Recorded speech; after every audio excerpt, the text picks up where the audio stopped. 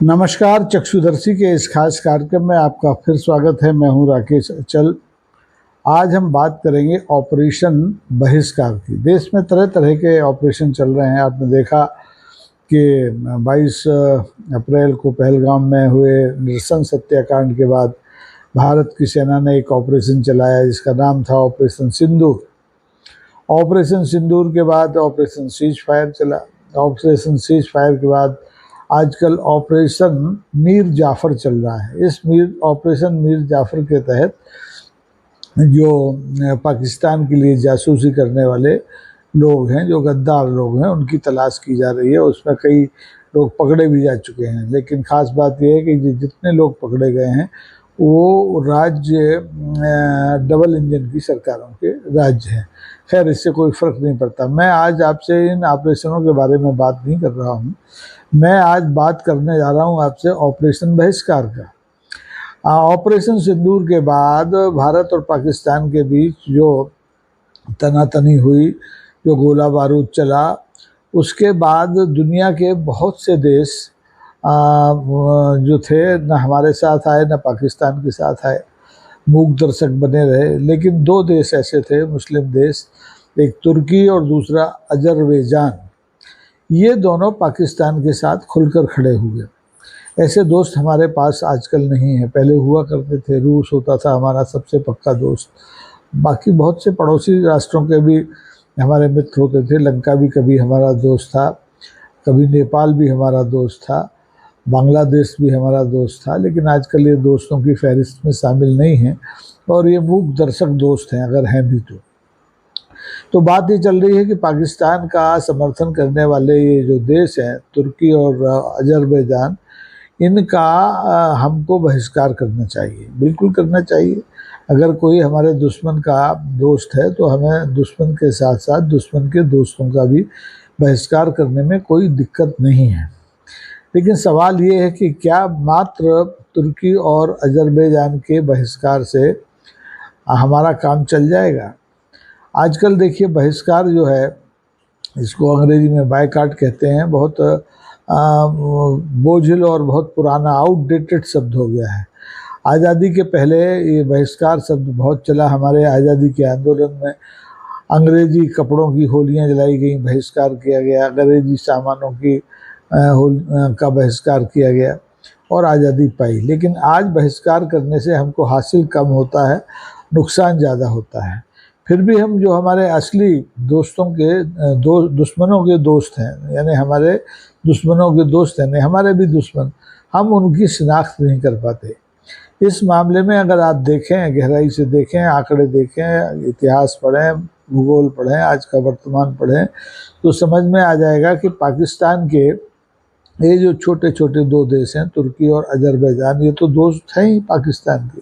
लेकिन सबसे बड़ा दोस्त है चीन। चीन ने पाकिस्तान को सामरिक रूप से मदद की, लड़ाकू जहाज दिए और तकनीक दी।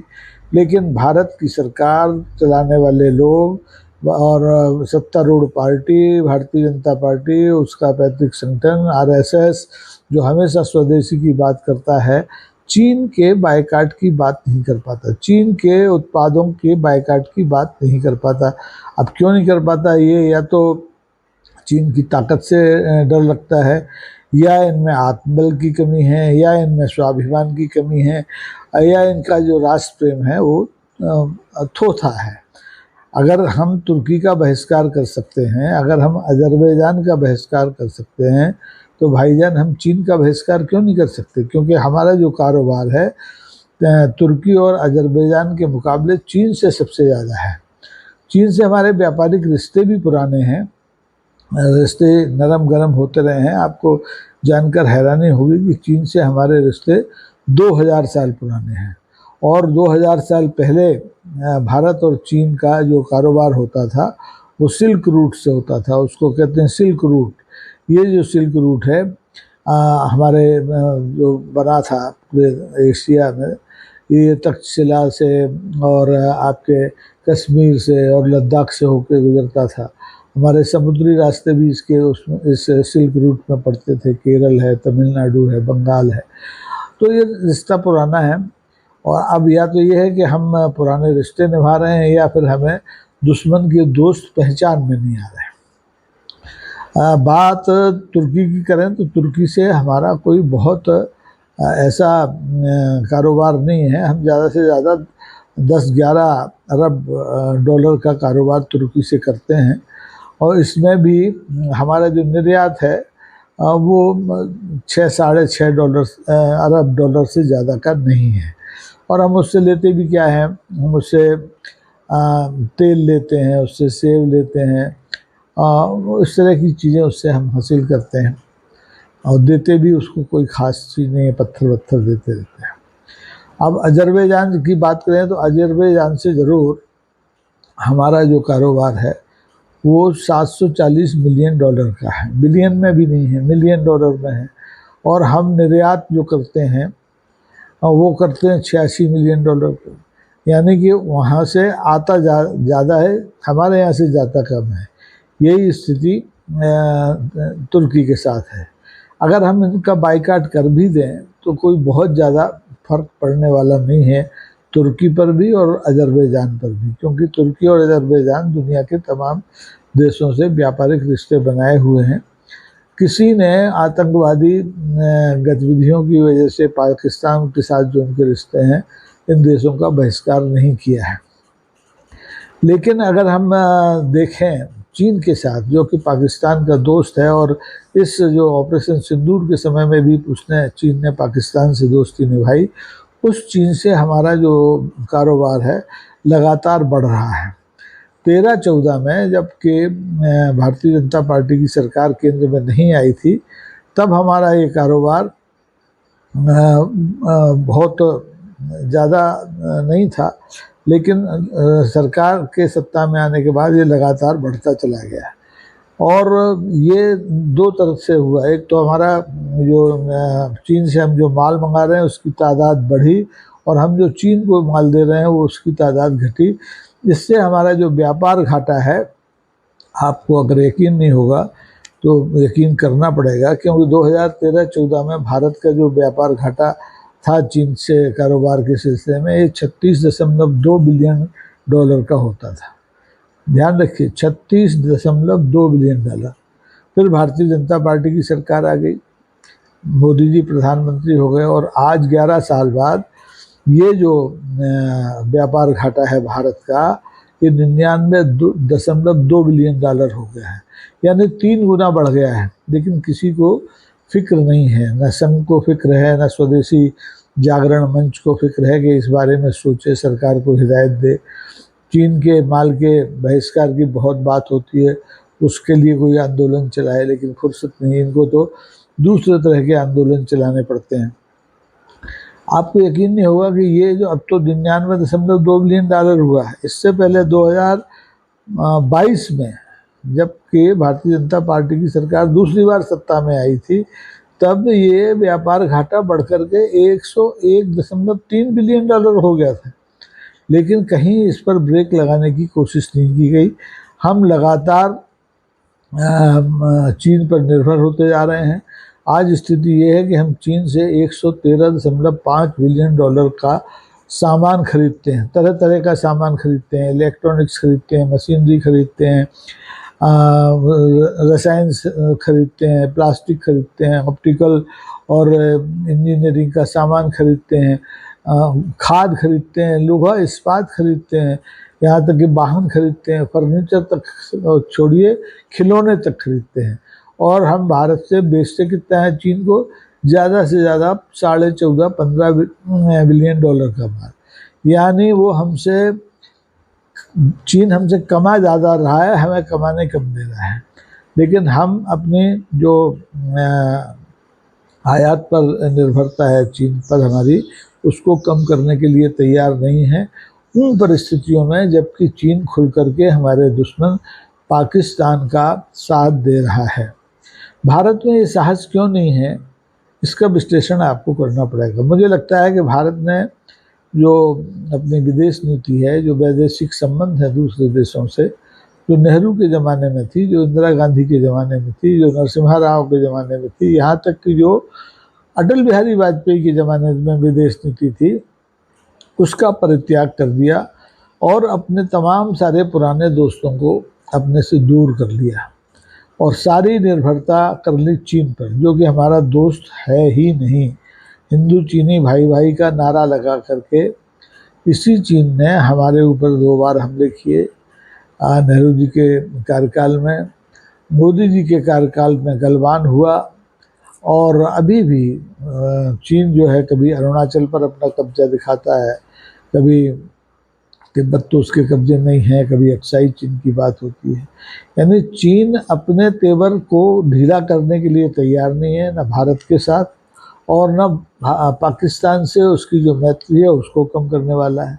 तो ऐसी स्थिति में क्या मजबूरी है कि हम चीन के बने माल का, चीन से आने वाली चीज़ों का बहिष्कार करने के बजाय इन पिद्दी से तुर्की और अजरबैजान के सामान का बहिष्कार करने की दुहाइयाँ दे रहे हैं, नारे लगा रहे हैं, लोगों को समझा रहे हैं।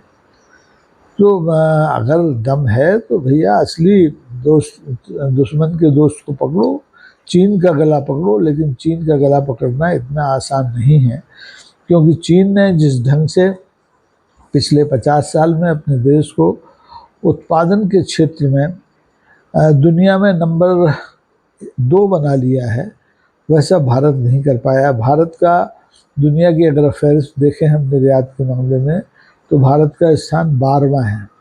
अभी हमें अर्थव्यवस्था 5वीं, तीसरी अर्थव्यवस्था बनने के लिए ही छलांग लगानी है। और अभी जबकि हम ये जो निर्यात वाला मामला है इसमें तो हम 12वें पायदान पर, अभी हमें कितने पायदान चढ़ने हैं।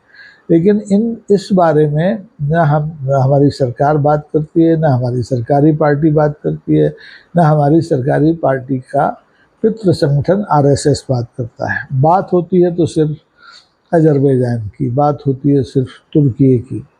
अरे भाई चीन की भी बात करिए, चीन भी हमारे दुश्मन का दोस्त है। लेकिन मुश्किल है, इस मुद्दे पर विपक्ष लगातार बात करता रहा है। मैं राहुल गांधी को के उस बयान को याद करता हूँ जो उन्होंने संसद में कहा था। उन्होंने कहा था कि पाकिस्तान तो हमारा दुश्मन है ही, लेकिन चीन के बारे में भी भारत की सरकार को सोचना चाहिए, वो भी हमारा दोस्त नहीं है, दुश्मन नहीं है। लेकिन मुश्किल ये है कि हमारी सरकार ने चीन से तर्के ताल्लुक़ करने के बजाय चीन के राष्ट्रपति को, जी जिनपिंग साहब को, साबरमती के तट पर, जहां हमारे बापू राष्ट्रपिता महात्मा गांधी का आश्रम है, वहां झूला झुलाया, दक्षिण में ले गए, वहां उनका जोरदार स्वागत किया। लेकिन हासिल क्या हुआ? उन्होंने, चीन ने पाकिस्तान की मदद की उस संवेदनशील समय में जबकि भारत आतंकवाद के खिलाफ पाकिस्तान से लड़ रहा था, पाकिस्तान पर मिसाइल और ड्रोन हमले कर रहा था। बाद में हवाई हमले भी हुए उसके सैनिक ठिकानों पर। ये तो गनीमत है कि सीज फायर हो गया। अब सीज फायर का किस्सा है, उस पर मैं चर्चा नहीं करूँगा, क्योंकि आज बात हो रही है केवल और केवल ऑपरेशन बहिष्कार पर। तो सवाल ये है कि क्या जिस तरह से भारत सरकार ने भारतीय सेना के जरिए जो ऑपरेशन सिंदूर चलाया था, वो जितना कामयाब हुआ, क्या उतना कामयाब ऑपरेशन बहिष्कार भी हो सकता है?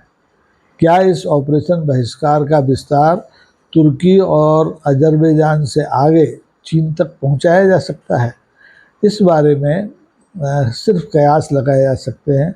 लेकिन मुझे लगता है जो भारत सरकार की, हमारे नेताओं की इच्छा है, वो ये सवाल ज़रूर करते हैं कि कांग्रेस का और चीन का क्या रिश्ता है, ये गुपचुप ने क्या करार किए हैं, राहुल गांधी चीन के दूतों से, राजदूतों से क्यों मिले हैं।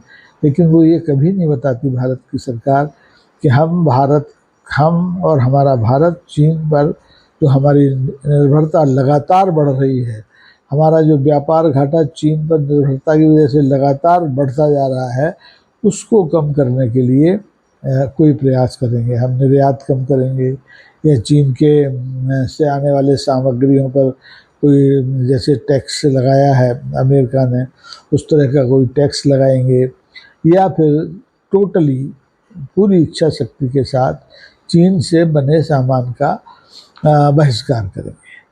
तो अब देखिए बहिष्कार कराने की स्थितियां इसलिए मैं बार बार कहता हूँ नहीं है आज के समय में कि हमारे पास आज कोई राष्ट्रपिता महात्मा गांधी नहीं है।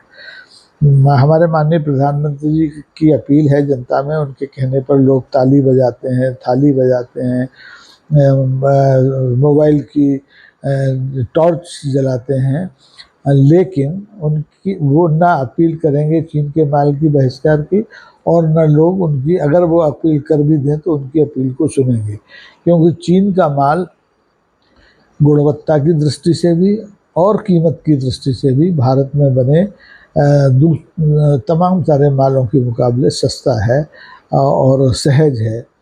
तो हम दो ही चीज़ें कर सकते हैं अगर करना चाहें हमारी सरकार, हमारी राष्ट्रवादी सरकार, कि या तो चीन से निर्यात कम करे, या चीन के माल का बहिष्कार करे, या फिर भारत में उत्पादन इतना बढ़ाए कि हमारा जो 12वें पायदान पर अभी नाम आता है वो बढ़ कर के चौथे तीसरे पर पहुंच जाए, और चीन से हमारी होड़ हो उत्पादन के मामले में।